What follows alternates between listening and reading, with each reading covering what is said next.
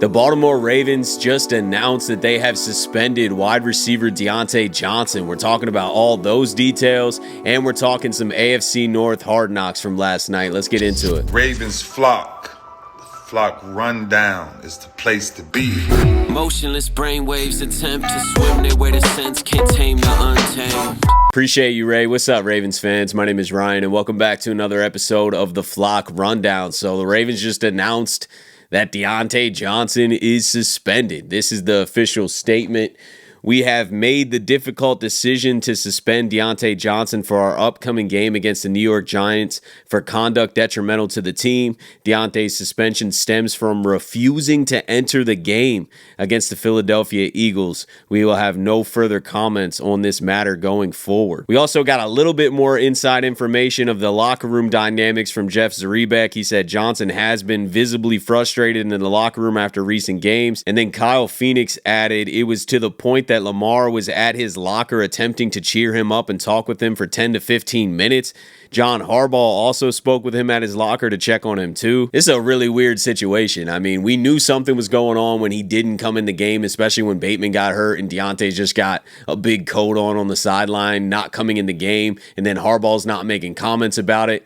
But they're saying that Diontae is the one who just refused to come in. There feels like there has to be more to this story. I mean, if he's just refusing to play because he's bothered that he wasn't more involved the first month that he was traded here, that's kind of wild. You're finally getting your opportunity to be heavily involved and just show the coaches like, yo, I deserve more playing time. I'm way more talented than Nelson Aguilar or Tylan Wallace. And here's the tape to prove it. I feel like that just earns you a big role moving forward. You know, you finally got a chance with Bateman out. And I'm not saying Diontae Johnson shouldn't have been more involved. You know, that is another debate to be had. Like, totally understand week 1, week 2, he doesn't understand the offense, but I thought that he would be ramping up his playing time. And I get why he'd be frustrated. He's a very talented receiver. But it's only been a month, and then you finally do get your chance to come in and play heavy minutes, and you're just refusing to go in. That doesn't make sense to me. If that's exactly what happened, and it's just because he's mad that he didn't play more, and now he's like, oh, you need me now? I'm not even coming in the game? Then that's just some diva shit, man. And I totally understand why Diontae would be bothered. You know, he feels like in his head he's a premier wide receiver, and he needs to get that type of playing time, to get those types of targets, to be heavily involved in an offense like he was just this year in Carolina.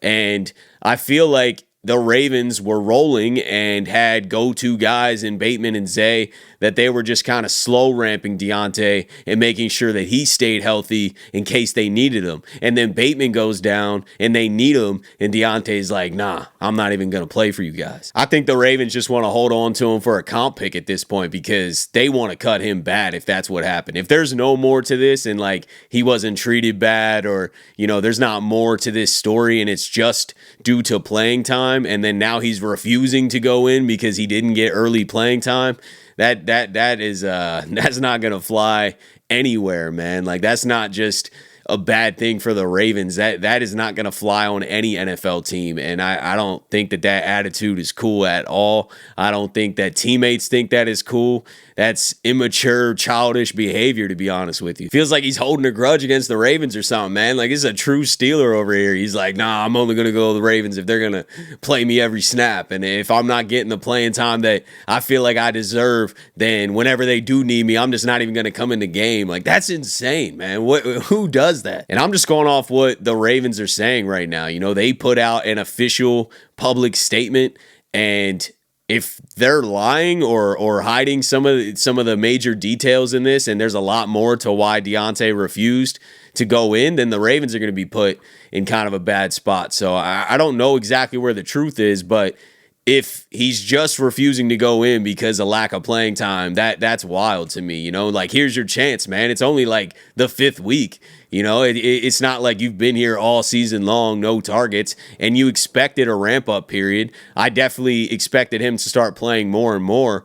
You know, I was surprised that he was only getting a couple snaps a game, and maybe that's where the frustration started. He's just like, they're not even using me. But you can't just give up. You know, they were about to use you. Like, you were about to get a shining moment in a big game and really help a team that is a playoff contender, a Super Bowl contender. It's a better situation than being in Carolina just padding stats, in my opinion. I think getting a moment in a crucial situation for a contending team and playing well not only gives confidence to the coaches to play you more and everything, but it also bodes well for your popularity and your contract next year.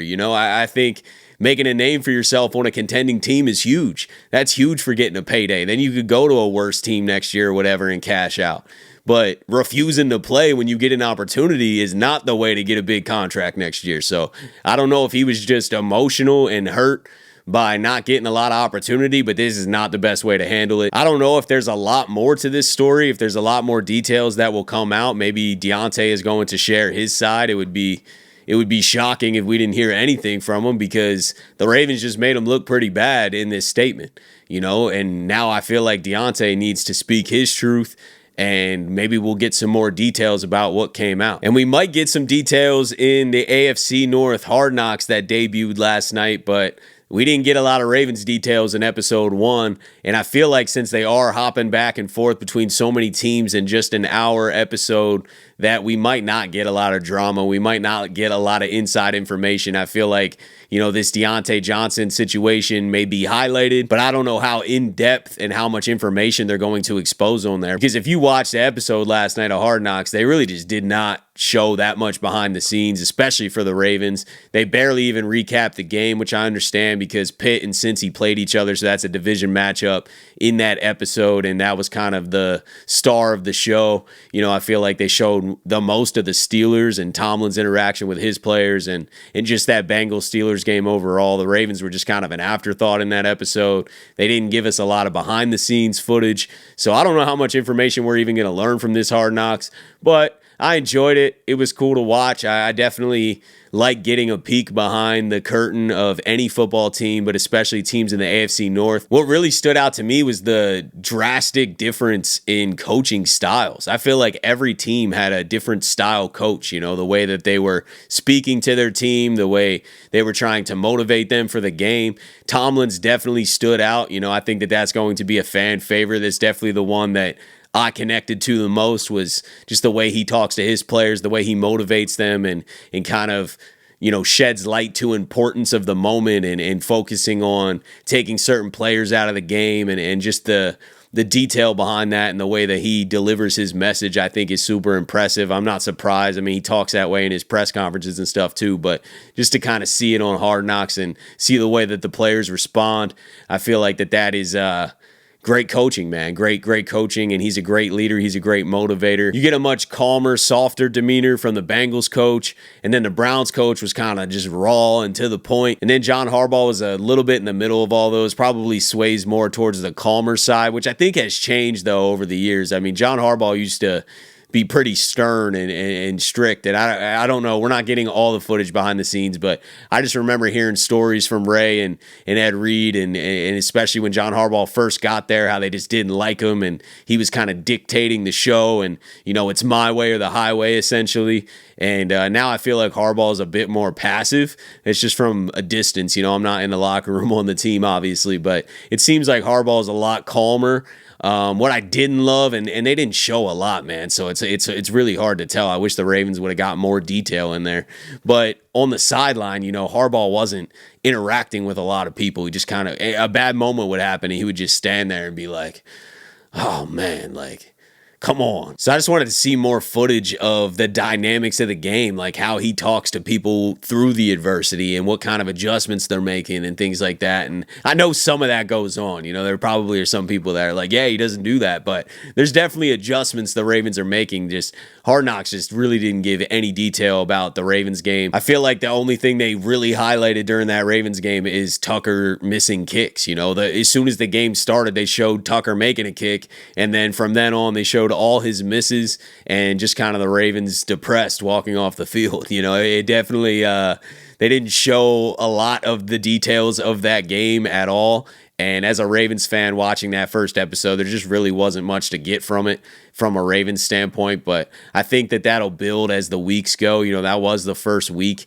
And there's a lot of narratives for each team that are going to continue to develop. The Ravens and Steelers play essentially for the division in a couple weeks, and that's going to be on Hard Knocks, so that's a big game. So I'll definitely be tuned in each week for the rest of the season. I think there's going to be more information to be learned. I think they'll show a lot more of the Ravens, but it definitely was pretty vague and PG and just kind of all ball. So I don't know how much Diontae Johnson news or anything like that we're going to be really learning about, the dynamics of the locker room and things like that. I feel like it's going to be pretty hush because they're bouncing around to so many teams that they kind of just keep it on football, which is still cool, man. We don't need all the drama. It's just there's so much going on with the Ravens that I would like some more information, and I feel like this is the weirdest year of player dynamics and just not being happy, essentially. The Ravens don't have a history of that very often, so kind of weird when that stuff's going on. But let me know what you guys think about this Diontae Johnson suspension. Why is he suspended? Is it exactly what the Ravens are saying, or is there more to it? And if you watched Hard Knocks last night, let me know what your thoughts are about that. But that's it for today, guys. I appreciate you, as always, for tuning in to another episode of the Flock Rundown. Have a beautiful rest of your day,